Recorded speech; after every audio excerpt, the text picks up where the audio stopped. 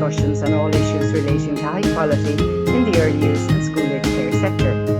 In our episodes, we have a range of speakers who are leaders in the areas that matter to Early Childhood Ireland members. This podcast series is proudly supported by Aricus Insurance, which offers a comprehensive range of cover at discounted premiums for both business and personal insurance products. So visit www.aricus.ie for more information.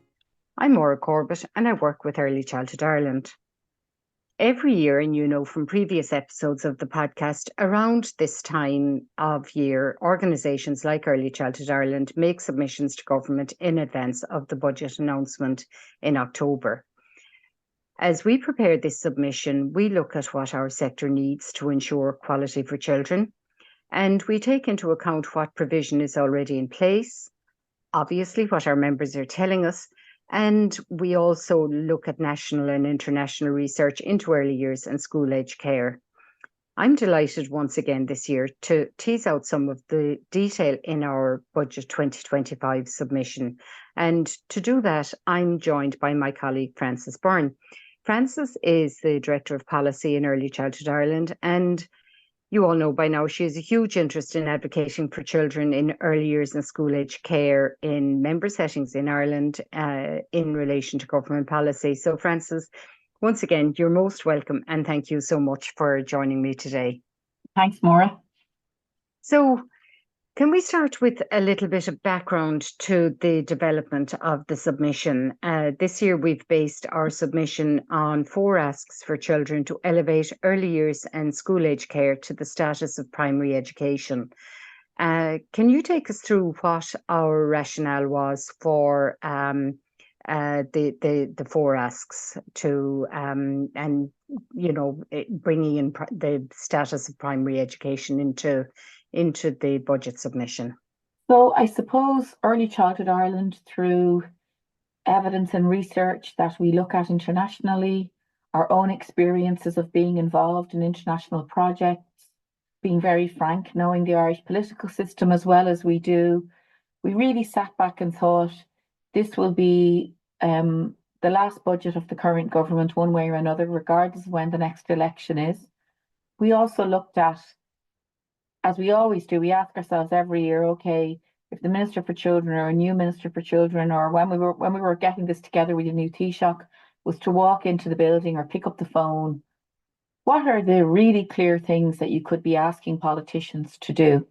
Because a lot of the listeners to the podcast will be very, very familiar with the Irish system, the way it has evolved, and all of the very good history and the very good things that have happened. So if you look at our system through a very positive lens, you'll see an excellent curriculum that people are very proud of.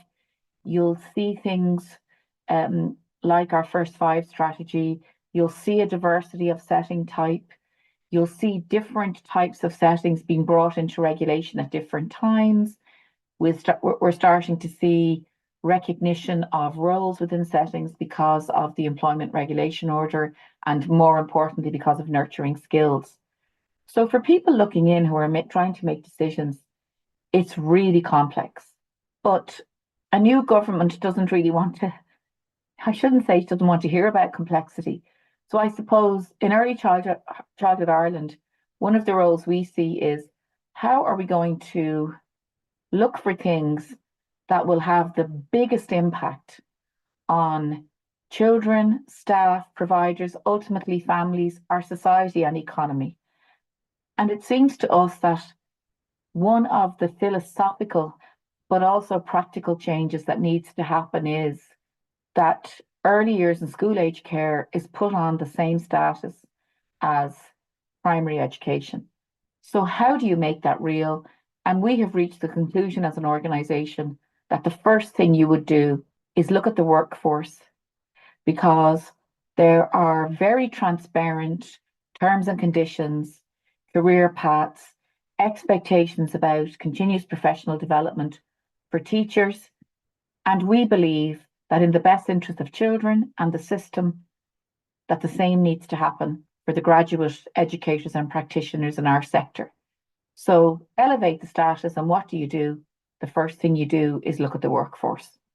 So that's really how we came up with the rationale for the 4 asks and the number 1 ask, which is about that focus on the workforce. Which is, and that ask, just for people who aren't familiar with the document, is a sustained and sustainable workforce. So, Frances, would you take us through? I think it's maybe before we go into that, it is so important to look at all the good things that have happened and recognizing that, and then looking at the issues that still arise that need to be addressed. And I think, without doubt, the workforce, recognizing the quality is, a key basic to begin with. So can you take us through our thinking and our asks in relation to having a sustainable and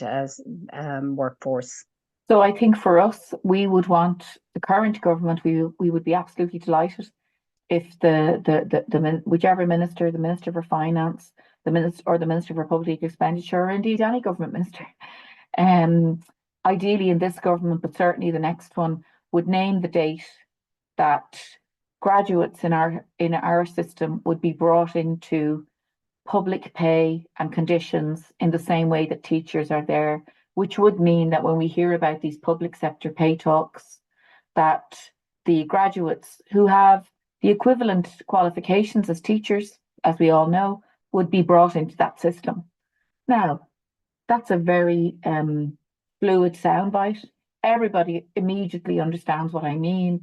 You watch the news, you see the talks, you understand. You only have to Google and you'll see the schedule. How many percent, each aspect of the public sector staff got. So obviously that's going to take a few years, and we're not saying, for argument's sake, if the election was, or we know budget day is the 1st of October, well, the date has to be the 1st of January 2025. No, because work needs to happen. But I suppose it's important to say, and it's striking from this year's budget submission and the 4 asks, Early Childhood Ireland is not looking for anything that government-supported policy documents haven't said is important, apart from our first ask. So we believe that in order for the other commitments that government has made, for example, the current government, as well as the government before this one that was in power when First Five was launched, and we know from our work every day in public affairs, meeting members of the Oireachtas, that every political party in the state agrees that we need a publicly funded model and that the workforce is critical. And one of the commitments in First Five is that we will have a graduate-led workforce by 2028. So the next government needs to say, this is what that will look like. That may look like what we see in other countries, which is we would have the same ratios. We would have a graduate educator, for example, in an ETI with 11 children, but we might have assistants as well, as they have in other countries. But the government needs to describe that and give the date for when it will happen. So there will be things that will need to be put in place before educators can be brought in under the public pay system. But it needs to happen before 2028 because the commitment is there. But I'm not going to say it's vague, that's overly critical, but we need to have a consultation and a discussion about what a graduate-led workforce looks like. So then the government can know, do we mean 15,000 educators and practitioners? Do we mean 27,000? What do we mean? We've about 27, 28,000 now in the workforce who work directly with children, everything from level 5 all the way up. Who do we mean? What do we mean? How are we going to get there? The nuts and bolts. Can I just go back on the ratios? When you said have the same ratios, you mean the ratios that exist in the early years regulations? I suppose what we'd be saying is we need to be really clear that Early Childhood Ireland is not calling for any change that would disadvantage children. Yes. Look, there may well be a debate to be had about whether they should be changed to advantage children, and we can see already the beginnings of Equal Start, which is going to launch now in September, that, there's a recognition, and we see it with AIM as well, that the ratios can be altered for disadvantaged children, for children with additional needs, and so on. So if there's going to be any travel, it needs to be in that direction. So we're absolutely, so that's why I mentioned it, just to be really clear. Yeah. We're not saying that an assistant is a substitute in a ratio, an adult-to-child ratio situation. But obviously, in other jurisdictions, there are roles that are graduate and there are roles that are non-graduate. So we're absolutely open to that.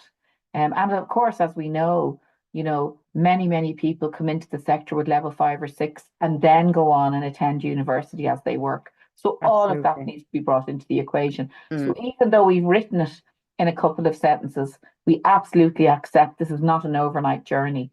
But we also, I suppose, are reminding government and those who may be in government next time, you made this commitment that we would be there by 2028. Please prioritise this when you are considering budget 2025 and/or forming the next government. And I mean, it's the cliche, but the longest journey starts with a single step. Yes. And if it's to be enforced in 2028, the steps Yes. that you've described have to start prior to that. Yes.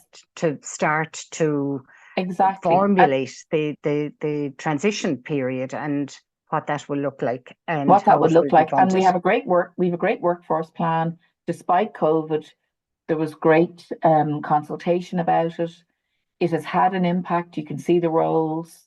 And, I think we're likely to see, regardless of who's in government, the work plan become much better understood by parents and so on outside the sector. I think those titles, those role titles are really helping. I think it offers a lot of clarity to people who are considering a job in a setting and so on, that you can actually see. I think the employment regulation order has made a lot of that quite real. So again, nurturing skills is an excellent workforce plan. That's another thing that we can point to and say, this is good. I suppose from our point of view, and I totally understand there was COVID, but really and truly the government needs to be putting the skates on. All the good work has been done. The Department of Children has done excellent work. And we need to see a lot of that realised now over the next couple of years, like really speed it up. Because, if you, as I've said before, there's no one thing that's going to work. And obviously we need investment, but we all know the evidence is absolutely there that the quality of the workforce, the consistency of relationships is just ticking, if I can put it this way, big boxes when it comes to quality for children and reassurance for everybody in the system, in the countries that we all point to. Being an early years educator, working in a school age setting is as highly regarded as working as a teacher in what we would call national schools. So that's where we need to get. Absolutely. So I suppose capacity planning is the second ask. And we might tie, there are two, ask 2 and 3 relate to planning. So one is capacity planning and the other is the 5-year plan with a new investment target. So can we look at the two of those? I think we've discussed the 5-year plan a couple of times before. Yeah. It's not a new ask.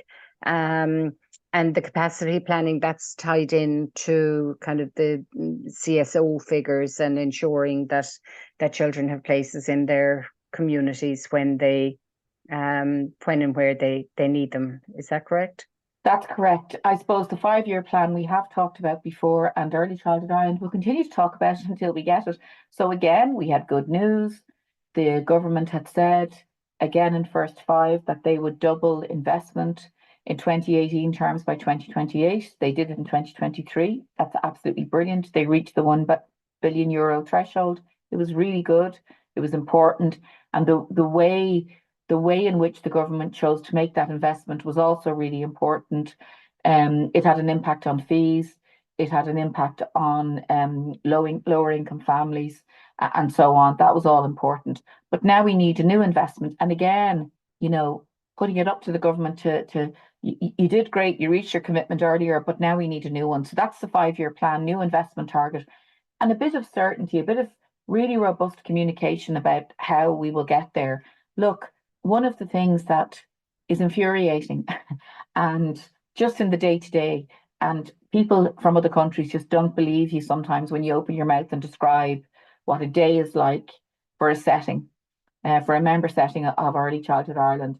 But then when you talk about the system, it's just so frustrating that we have really good policies waiting to be implemented. And then we have these annual cycles. We have the budget annual cycle. We have the employment regulation order annual cycle. And now we're about to have a fee management cycle starting this autumn, which the government has started to, give out information to settings and so on. So what Early Childhood Ireland is saying is nobody can plan. Nobody can plan for the future, sit down with a newly hired staff member and say, look, this is the situation this year. I'll be able to pay you X an hour. Next year I'll be able to increase it. Those kind of conversations can take place. That all has a knock-on effect about the image of the sector, the perception for graduates if they are coming in to do a qualification. And it doesn't need to happen. So while we accept that government needs to know where they stand financially, they could absolutely say, all else being equal, our next target is 2 billion or 2.5 million, and we're going to split it over 5 years, and we're going to prioritize the following. So at least people would have multi-annual certainty. But on the other one, which is capacity planning, we know, and in other countries where there is a lot of public investment, the countries that we all point to, one of the things that they do are these 2 and 5 year planning cycles. So exactly as you've said, Maura, we know how many children are being born every year. The Department of Education does it in relation to schools. That's why schools are built in areas for the first time and so on. And obviously there are other demographics at play, our homes being built and all of that. In other countries, there are people who are legally responsible for ensuring that every child has a place either in a centre or a childminder by the time they reach the age of 1, a kindergarten then as they reach what we would call preschool. And we want the system to be the same here. But again, we're not on our own. So Partnership for the Public Good, which is the document about funding, again, from First Five, again, there was a lot of consultation about it. It's where we've got core funding, has also called for better data. So again, Early Childhood Ireland is saying, you've said you'll do this, please do it this way. And in Dublin and throughout other areas of the country, there's all kinds of mismatching happening on the other side of planning, which is about housing and home planning, local planning. And that needs to stop as well. The Department of Children does have a commitment to have a memo of understanding with the Department of Housing. We think it needs to be much stronger. So you have situations where builders are required to put in a setting, to build a setting. Some of them are lying empty. Some of them are kitted out by those who can afford to do it. And at the same time, there's 2 perfectly great long existing settings down the road, and nobody is keeping an eye. So yes, absolutely, we get the theory of there should be creches in housing estates. Apartment blocks get away lightly, which is ludicrous because loads of families are now being brought up in apartments, and all over the world, children are very happily, very successfully brought up in apartments. We have to get with the programme here in Ireland, if I might put it that way. But again, the planning rules are there, and indeed some builders developers are working their way trying not to implement them, and which again is problematic. So an awful lot is being left to local councils, and without necessarily having to consult with the Department of Children or take into account existing creches or indeed what the demographics are going to look like. So all of that, and it wouldn't take much, it is just built into the infrastructure in other countries. And then the other bit of planning obviously is we're very pleased to see the progress on the National Action Plan for Childminding, and the legislation and everything seems to be on track. So we just need this government and the next one to keep that going really strongly and to implement that plan. It is so important that the 52,000 children who are being so well looked after in childminders' homes across Ireland are brought into the net, so to speak, and are recognised as being an essential element, as they are in other countries, of our early years and school age care system. I mean, childminding plays such a huge part for parents who work irregular hours, who have, kind of maybe, like nurses, 3 very long days a week and are then off. That kind of regime that's much more difficult to support in centre based. That bit about the local authority planning is it's a key bit, isn't it? That Yeah.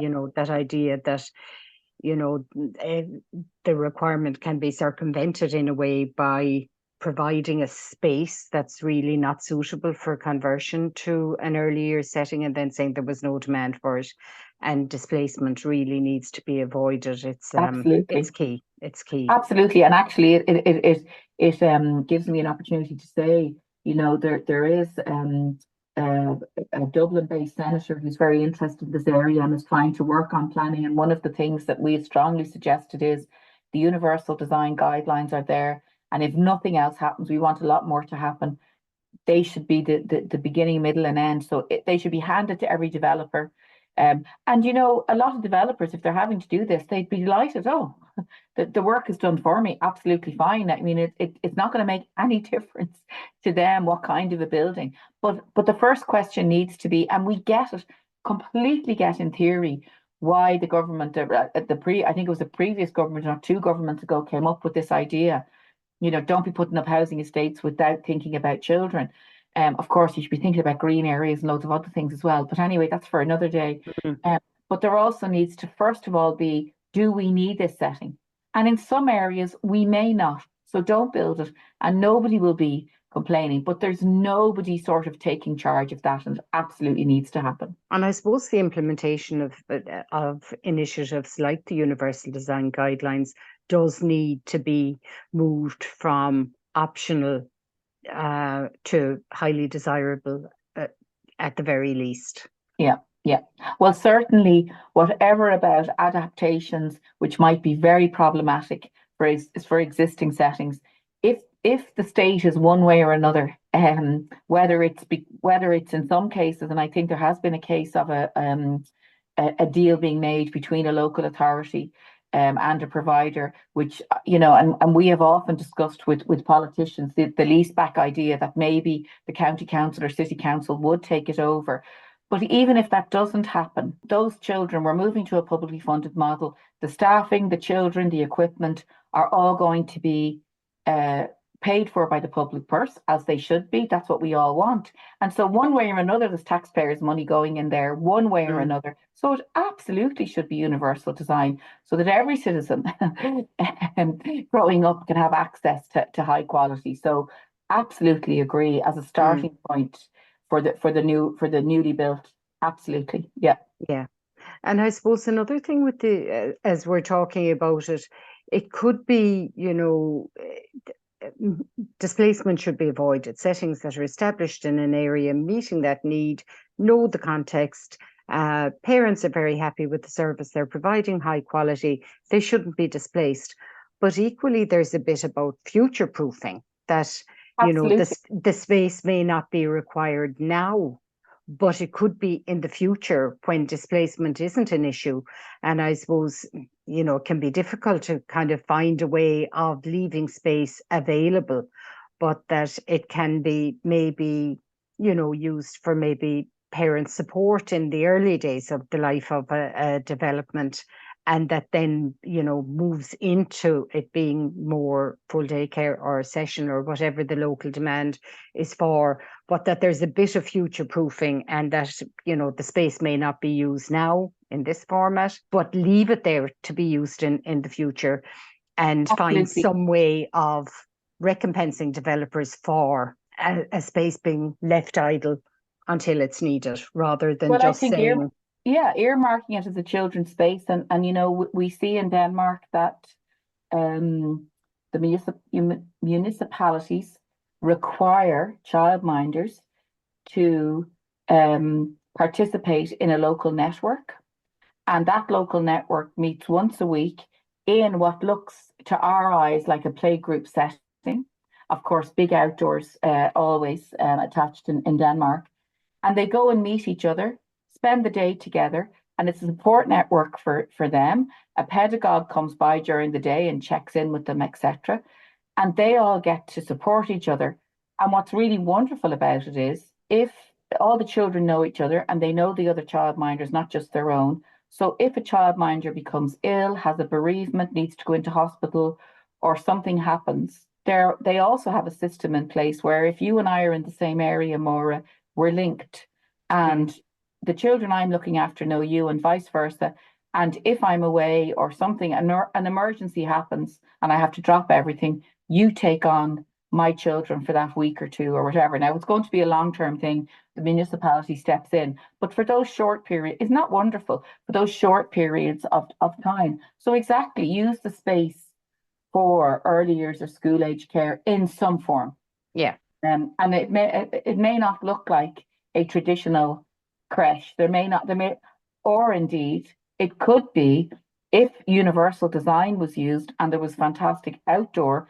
Why couldn't creches in areas that may not have, or childminders in built-up areas that may not have good outdoors? There's no reason why the outdoors piece of it couldn't be utilised by every creche in the area. There's absolutely no reason.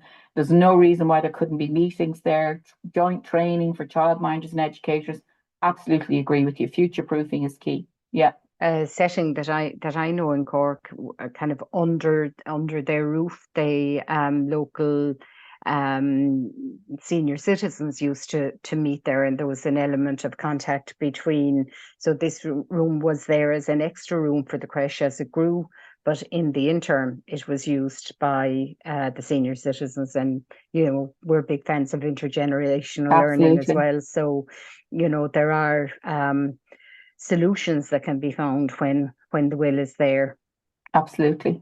So we've mentioned a couple of times about maybe children over one, and I suppose that brings us to the final ask of the four, which is family leave, because obviously if children aren't entering settings or childminders in general, and there will always be exceptions where children under one will need care, and that's probably part of the planning bit as well.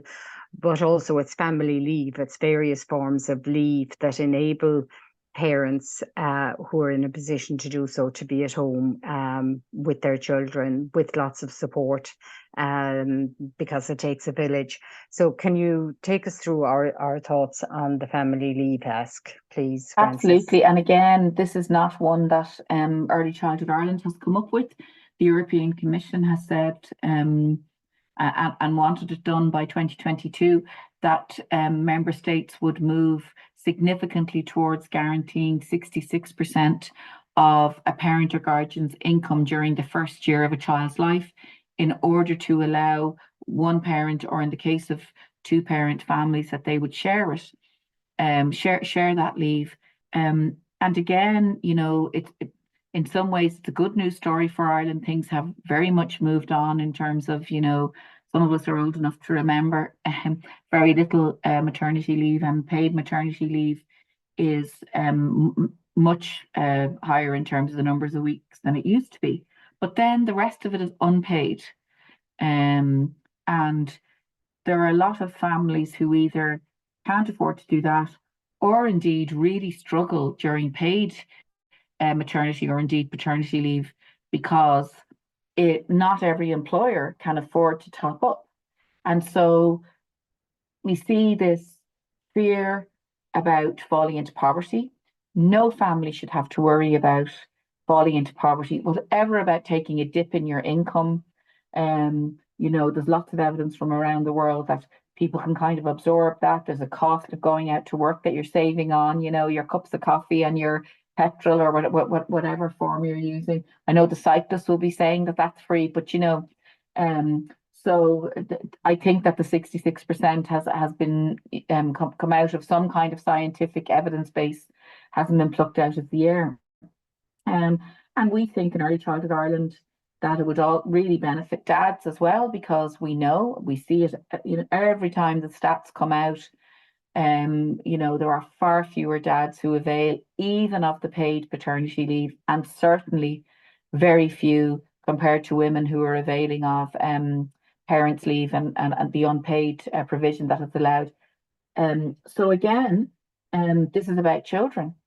The evidence is beyond overwhelming that that consistency of care is so important for children, for their brain development, um, to help them on so many fronts as they grow and learn and become adults eventually and all of that and thrive. So it would just be wonderful. You know, the Taoiseach has said that he wants this budget to be a children's budget. This would be a remarkable step forward. If the government again chose a date, there would need to be consultation. We need to hear from employers. Obviously, this needs to be paid for. But again, other countries do it. It is absolutely taken for granted in other countries that this is what happens. Adults who become parents, one of them gets to stay at home. Nobody bats an eyelid. Workplaces reorganize themselves. A lot of it is paid through taxation, to make it a more even playing field, so that some employers aren't having to pay the top up or whatever. So all of that has been worked out in those countries. It is not beyond us to do that, particularly when the evidence is there about the importance of children. And I have no doubt that somebody somewhere has worked out the economic advantages as well. We know that children who grow up feeling safe and loved and nurtured are far less likely to come to the attention of the state in other ways as they become adults and so on. So it's pardon the pun because we're talking about children's brains. It is a no-brainer for societies to do this. And again, in the other countries that we know this happens, it's untouchable. And in the sense that even some countries that have faked economic recessions, this doesn't get touched because it is completely and totally baked into society. Everybody accepts it and everybody knows how good it is for children. And of course, now we've generations of adults who availed of it and how important it is, or indeed were parents themselves who got to do this and can see how important it is. So of course, except for those children who may need additional supports during the first year, parents who need additional supports, absolutely, of course, that should happen for them. But in the round, this needs to happen. And of course, for those parents as well, this Yeah. needs to happen. Yeah. Yeah, I mean, it's all about relationships, you know, strong family relationships build strong communities. And so, like you say, it really is a no-brainer. But, you know, the parental support bit, you know, it's important not to forget that too. And that while parents are at home, there are networks in the communities, the parent Absolutely. and toddler groups, the, you know, various classes and supports and events that welcome families and enable them to, you know, parents to get to know each other, get to know the parents of the children that they're get to know the parents of the children their children are playing with, and so on. It's, you know, it's a vital part of building a strong community and you know, a strong country that values children and their families as we move forward. Mm. So before we finish, Frances, is there anything else that you want to say about kind of where we go from here, what happens next in terms of the four asks, and before we wrap up? Yeah, I mean, we're delighted with the response that we've received. We've met all but one of the political parties that just for logistics reasons, but we're going to remedy that soon. We've had a really positive response. We have also been in touch with, you know, senior politicians. I think that everybody, that there's no arguing that Ireland is, despite the €1 billion and the great things, as I said earlier, that we can be so proud of, universal design we mentioned, the curriculum, all of those good things, the great strides we have made about on the unpaid parental leave and recognizing that it needs to be paid though, reaching the 1 billion, all of that. But we still have a long way to go. And I suppose if we have an ask to everyone who's listening, regardless of their own parental status, regardless of grandparental status, indeed, auntie or uncle status, it doesn't matter what status they have. one of the big challenges we have in Early Childhood Ireland is this is the transitional phase in children's lives. And so we have, at any given time, about 250,000 adults, 250,000 children with adults in their lives who are aware of the struggles, but are also aware of the brilliant staff they meet, the brilliant providers they meet, the brilliant interventions that happen during this quite short period before children go to school, because we're really only getting in Ireland a shared understanding about the part of the system that is school age care. So even if we just focus on the first 5 or 6 years of a child's life, it's short. Not for children, it's not, but it's short in adult terms.